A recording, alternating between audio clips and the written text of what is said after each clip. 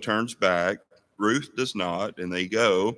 And there happens to be a man who is kin to Elimelech, and his name is Boaz. Ruth goes at Naomi's instruction to the field that Boaz has, or one of the fields, because it seems that he was pretty wealthy. And as was the time then, people who had a field, they would leave a little spot around the edge so that strangers and travelers could pick a little bit of barley and have something to eat. And so Ruth sets out to do that. And after a couple of conversations, Ruth is allowed to come in and take of the sheaves, or glean from the sheaves, and that's at the instruction of Boaz, that when she does this, to not forbid her, don't chastise her for doing this, but let her do this so that she may be able to have food and plenty to eat and take care of Naomi.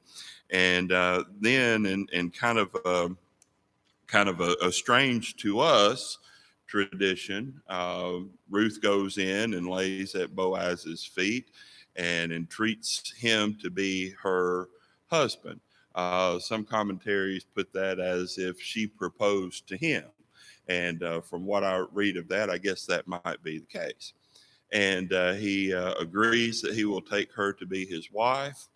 And then he says that there's one more individual who is also kin to Elimelech. And I guess you might say he had first dibs. And so they go to him, and he says that he doesn't want to do that for the sake of his inheritance. So Boaz marries Ruth, and they produce Obed, who is the father of Jesse, who is the father of David, who is in the line of Jesus. And so that's just a real quick summary of what happens. But if you've read Ruth and you've studied Ruth before, you know that there are some extremely important characteristics of her life. And I want to talk about some of those today, and then, time permitting, wrap it up with what lessons that we learn about God based on this story that we have. And so the first thing I want us to look at is the loyalty that Ruth demonstrated. Ruth was very loyal to Naomi, and more so than to her own people. It would have been easy for her to say, well, this is where I was raised.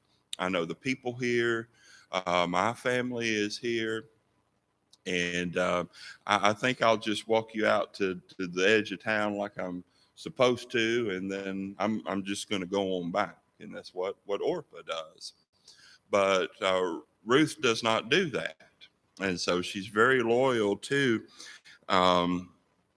Naomi. And I want us to look at chapter 1, Ruth chapter 1, and beginning with verse 15. And this is after Orpah has kissed her mother-in-law. It says, but Ruth clung to her in verse 14. And verse 15 says, and she said, look, your sister-in-law has gone back to her people and to her gods. Return after your sister-in-law. But Ruth said, entreat me not to leave you or to turn back from following after you. For wherever you go, I will go, and wherever you lodge, I will lodge. Your people shall be my people, and your God, my God. Where you die, I will die, and there will I be buried. The Lord do so to me, and more also, if anything but death parts you and me. It's interesting because I guess I should have mentioned already, but I'll mention it now. The people of Moab were not favored by the Israelites, and so they were of a Gentile people, and so you can go back and study this. Some people say that perhaps the difficulty that befell Elimelech and Naomi was because they allowed their sons to marry outside of their race, and things of that. So you can study and read about that if you would like to. And so it would not be that if they had stayed in Bethlehem, then those two sons would have married women that were from there, that were part of their religion, part of their culture, part of their race. And so perhaps the idea that Elimelech left, and you can tie this into different things. I believe that they were of some kind of substantial financial condition, based on Naomi saying a little bit later that they left and they were full, and then they came back and they were empty. And so, if that indeed is the case, then what good could have Naomi and Elimelech done there in their own community to help people during the famine instead of going off somewhere else? A lot of things to consider and think about, speculate in that regard. But nonetheless, it would seem that Ruth was obedient to God, and that she had a great sense of responsibility in following God. One thing that I studied is that um, in verse 17, where it said, "The Lord do so to me and more also," the word that's used there is Yahweh, meaning Jehovah. And that would have been the word that the children of Israel would have used, as opposed to Elohim, which is something that just means God, creator, or higher being, higher power, though referred to the God of heaven, Jehovah being, or Yahweh, Jehovah being a more personal kind of term that an individual might use. And so we see a certain loyalty that exists between Ruth and for Ruth toward Naomi, in that she doesn't want to leave. She's not responsible for her, I guess, in that respect. Naomi is not responsible to Ruth in that respect. Gave her the option of staying where she was and being with her people, but that's not what she wanted. And then I think we also see a certain loyalty to God, in that while Ruth has this option or whatever, or she could have gone into Bethlehem and found a mate on her own, or not found a mate, or could have lived any life or any kind of life perhaps that she wanted to live. She chose instead to live a virtuous life. And Boaz comments on that a little bit later on in chapter 4, about how she has that reputation of being a virtuous person among the people that are there. And so that also reflects on her loyalty to God, as well as her loyalty to Naomi. And I mentioned a moment ago, chapter 1 and verse 21, Naomi says, "I went out full, and the Lord has brought me home again empty," meaning that they had something when they left and had lost that. And some people may say, well, that could just be her husband and her sons, possibly so, but possibly also that they had some kind of financial substance.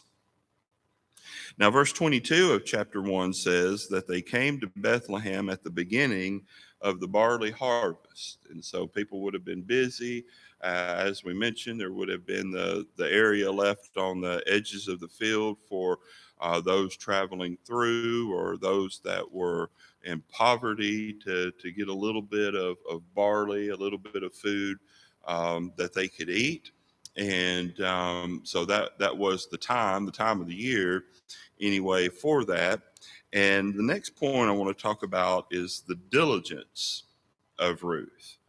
And when we think about diligence, we generally think of someone that works hard, someone who does not give up, that they roll up their sleeves and they get done what needs to be done, and they don't stop until they're finished.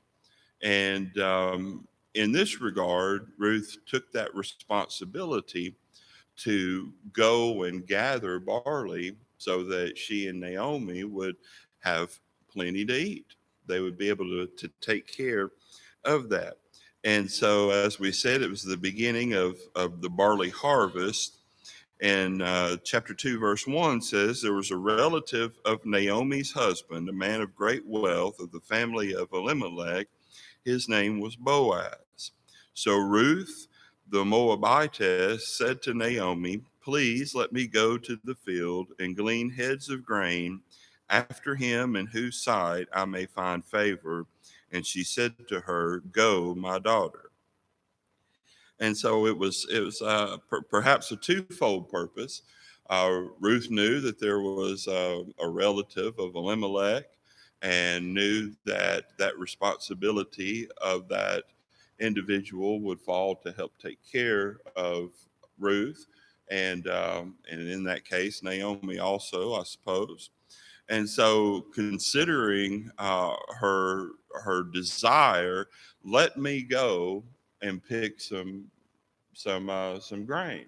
Let me go and do this, and perhaps I'll find favor in the sight of that relative. Get to meet him, know him, and things of that nature.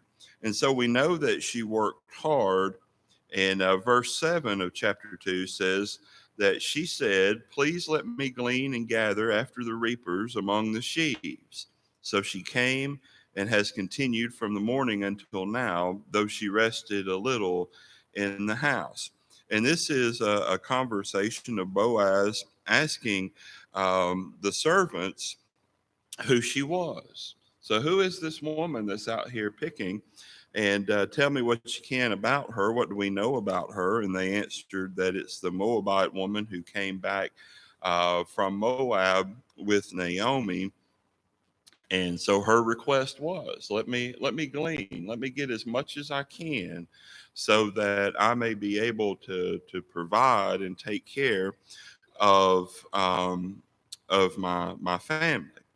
And so the next couple of verses, we see the protection, if you will, that Boaz has over her. I read some commentaries that talked about that at least Naomi believed that Ruth was a pretty lady, that she was beautiful in many ways, and perhaps Boaz thought the same thing. Maybe he was, well, who is this lady out here? Working in the field and understanding and knowing later on about his kinship with her through Elimelech, then he would be interested in doing his due diligence to complete that responsibility. Verse 8 says, Boaz said to Ruth, you will listen, my daughter, you will not. Or will you not? Do not go glean in another field, nor go from here, but stay close by, my young woman. Let your eyes be on the field which they reap, and go after them.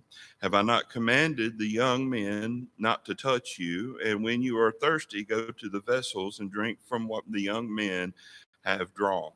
So Boaz has a sense of responsibility or a sense of obligation or purpose to make sure that Ruth stays right there among his field. These other guys out here, these guys working, they're not going to bother you. I told them not to. You don't need to go to any other field to look for barley or grain, because everything that you need, you're going to have it right here. I'm going to provide that for you and help provide that for you. And so he sees that, and he makes that instruction to her. If you get thirsty, you just go over here and get water out of the water that my young men have drawn from the well. And so to me, that's a sense of welcoming, that he was glad that she was there. She wasn't a burden to him being there. It wasn't a burden to the other servants that were going to be there. And primarily because he said, don't let them be a burden, right? Let her do what she needs to do. Don't touch her. Don't give her a hard time. Don't tell her not to pick that up. Let her do what she needs to do to for her provision and the provision of her mother-in-law.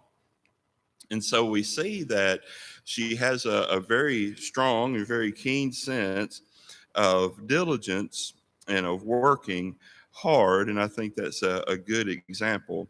Uh, sometimes, sometimes in the throes of our despair, throes of our griefs and worry, we might not be willing to do everything that needs to be done, and so we might just not feel like it. I'll tell you, I've used that the last few months myself. I need to do this, but I just don't feel like it. I'm just not going to do it. And so we understand that sometimes we might feel like we don't want to do something, or our mind is distracted to where we don't feel like we can do something. But that was not the case with Ruth. And so she knew what needed to be done, and she did it. She didn't lay around seeking self-pity or anything like that, but she went about doing what needed to be done. And I think that's a strong point of her diligence that she had in doing what she did. I also want to talk about the love that Ruth had. She had a substantial love, care, and concern for Naomi. And it might even be, we might even say that she had a love that she didn't have to have. She wasn't necessarily obligated, especially when Naomi says, "Go back to your home, go back to your people." I don't think that was a statement of Naomi saying, "I don't want you here." I think it was Naomi saying, "I don't know what I can do for you. I just don't know. I'm not sure what I can do for you. But the people that you know, the people that are here where you grew up, they might be able to help you more." And so when you think about or consider the kind of love that Ruth had for Naomi, I think it's summed up in verses 10 and 11. And this is a continuation of that conversation between Boaz and Ruth. And after he gives her instruction that she is to glean, not to glean in anyone else's field, to glean only in his field, to get water when she's thirsty. Verse 10 says, "She fell on her face, bowed down to the ground, and said to him, 'Why have I found favor in your eyes that you should take notice of me since I am a foreigner?'" That's a legitimate question, isn't it? Has someone ever been so nice to you, so kind to you, so generous to you, so forgiving toward you, that you might ask, "What have I done to deserve this kind of treatment from you? What have I done for you to treat me so well, to go that extra mile, to give more than what is just on the edges of the field?" And that's a legitimate question. And I think that's one worthy of our own consideration when someone does well to us and helps us to reflect on who we are. Well, maybe they did it because they're just a nice person, right? Maybe they did it because I'm a good person too, and I've helped them out before and didn't call attention to it, didn't make a big deal about it. And so, there's several different ways of answering that, and I believe that it is a question of good legitimacy. Verse 11, Boaz answered and said to her, "It has been fully reported to me that all that you have done for your mother-in-law since the death of your husband, and how you have left your father and your mother and the land of your birth, and have come to a people whom you did not know before." That's the answer.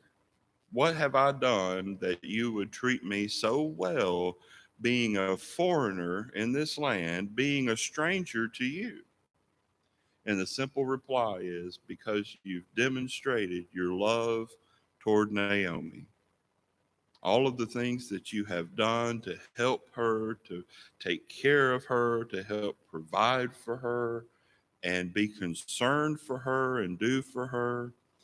And that is the repaying of good with good, right? People talk about karma. You ever heard people talk about karma? I always kid and say, I don't know who Carmen is. I'm not so sure about this karma. People say, you do something bad, it comes back to get you. Do something good, it comes back and you're rewarded for it. I don't know that it has to have a name other than that's just what life is. When you treat people well, most of the time they're going to treat you well. When you do something bad to somebody, most of the time it's going to be repaid. And that's not necessarily because of the karma of the universe. That's because the manner in which a person behaves dictates how others treat them. And so, that's just the way that I've always thought about it. I don't know that it has to have a name, and I'm certain that it's not some mystical universal power that's driving the behaviors of other people. I'm pretty sure and confident about that. But the idea here is that Ruth had this great love, this great concern, and this great care for Naomi, that it brought Boaz to the point to where if this stranger, if this foreigner can do so well as to take care of my kin, then I'm going to do what I can to help and take care of her. And we do that, don't we? We say, well, they were always good to us, good to me. But going over to chapter 4 and verse 15, and here we see another point in regard to the love that is talked about that Ruth had toward Naomi. And may he be to you a restorer of life and a nourisher of your old age, for your daughter in law who loves you, who is better to you than 7 sons, has borne him. And of course, that's talking about the birth of Obed. And so this daughter in law who loves you has borne a son, and he will be better for you than 7 sons. And that tells about the significance and the importance of this child and where that's going uh, to lead in the genealogy even of Christ. And then the last point that I want to make in regard to the character of Ruth is in regard to her obedience. And if we look at chapter 3, we see beginning with verse 1, then Naomi, her mother-in-law, said to her, my daughter, shall I not seek security for you that it may be well with you? Now Boaz, whose young women you were with, is he not our relative? In fact, he is winnowing barley tonight at the threshing floor. Therefore, wash yourself and anoint yourself, put on your best garment, and go down to the threshing floor, but do not make yourself known to the man until he has finished eating and drinking. Then it shall be when he lies down that you shall notice the place where he lies, and you shall go in, uncover his feet, and lie down, and he will tell you what you should do. And she said to her, all that you say to me, I will do. And so this was apparently a custom or a tradition or uh, in which one would um, show favor towards someone else. That's what I said, the marriage proposal. And so she says later for him to spread his wings around her. And we even today refer to that as providing care and protection. And in that, put your garment over me so that I may be your betrothed, so that I may be able to be your betrothed to marriage. And of course, he goes on. It says about midnight, he woke up and he was startled, seeing a woman laying at his feet. And he said, "Who are you?" And she said, "I am Ruth, your maidservant. Take your maidservant under your wing, for you are a close relative." Then he said, "Blessed are you of the Lord, my daughter, for you have shown more kindness at the end than at the beginning, in that you did not go after young men, whether rich or poor." And so the idea is you could have come to town and picked up anybody, right? You could have gotten an old man or a young man, a rich man, a poor man, but you didn't. You showed that you had virtue, and that's what he says in the next verse.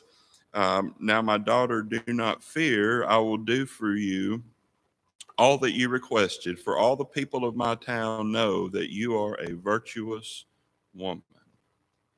And so there he says that he's accepting this marriage proposal, if you will, that he will do what she asked him to do.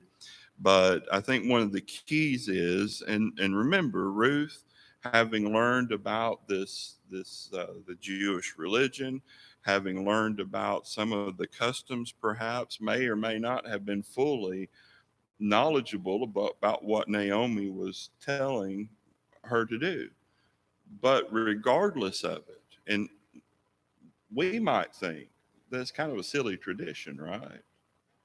I mean, would anybody think that you're ready to marry an individual, and so you sneak into his house quietly and lay down at his feet and uncover him and say, "Spread your wings around me and take me as my wife"? We think we might would tell our daughters, "You better not do anything like that." Right? That's just strange sounding to us, but to them that was part of their life. And regardless of the knowledge or understanding that she had regarding this, she said, "Whatever you tell me to do, that is what I will do." And so she demonstrated an obedience to God by remaining a virtuous woman. And she also demonstrated an obedience to Naomi by doing what Naomi instructed her to do, to be able to fill that void so that her lineage could continue on as well as that of Elimelech. And so, verse 17 of chapter 4 says, "Also the neighbor women gave him a name," and again referring to Boaz and Ruth's son. "There is a son born to Naomi, and they called his name Obed.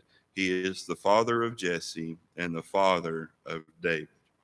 So, some lessons to learn from this, I think, just general lessons based on this account. First of all, God always cares for his believers.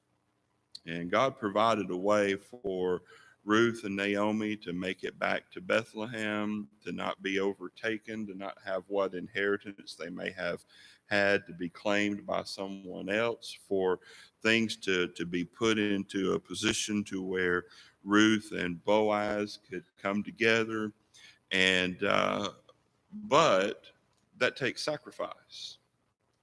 That takes sacrifice. How easy would it have been for Ruth to say, "This is an awful difficult journey. I think I'm going to head back." Like going a trip with little kids. Are we there yet? Are we there yet? You know, Ruth didn't know where she was going. She didn't know where she was going. She might have known about how far it was based on maybe what Naomi had said, a couple more days or a few more hours or whatever it may be. But she sacrificed her own life, a life of comfort, a life of familiarity, a life with family, to go to be in a strange place with strangers that she did not know, had never met, and depend on their kindness to help her and her mother-in-law as they go back to Bethlehem. And so that's a significant lesson there. And it begs to question, what is it that we will sacrifice in order to stay, to become, or to remain obedient to God? And then the second point that I want to make is that God is not a respecter of skin tone, skin color, race, or anything of that nature. Bill had a good lesson on that last week. And so we think about this, that God knows what's inside. He sees the inward man, the heart. He sees what we think, what we believe, how we act, what our attitude is, how we treat other people. Mankind, on the other side, the first thing that we see is the outward appearance. And so even think about the royal family, right? They have restrictions about who can marry who and how closely tied they're supposed to be. I guess at least until Princess Diana, that was pretty well enforced. But God is not like that, because I want you to think about this for a moment. You have a Moabite, you have this Gentile woman. And what good comes from the Gentiles, right? Didn't one of the disciples even ask that, or before, I guess before the discipleship, said, "What good thing comes from Nazareth?" Right? And so you think about this for a moment. From Ruth came Obed. From Obed came Jesse. From Jesse came the Savior of all mankind. What good thing can come from a Gentile? The very Savior of our sins. That's why. And that's an important lesson for us, I believe. And so people, we read back, we read through the Gospels, and we see how it's depicted that the Jews feel about the Gentiles and things of that nature. But without those non-Jews, there is no lineage for our Savior. And that makes me think of the song and well, it made me think of it, and then it made me forget it. Uh, the gospel is for all. Of one little, how's it go, Jack? That is the title. Okay. Well, then we know what we're talking about, right? I appreciate your attention this morning and attendance to the lesson. Are there any questions or comments that anyone would like to make? All right. Thank you very much.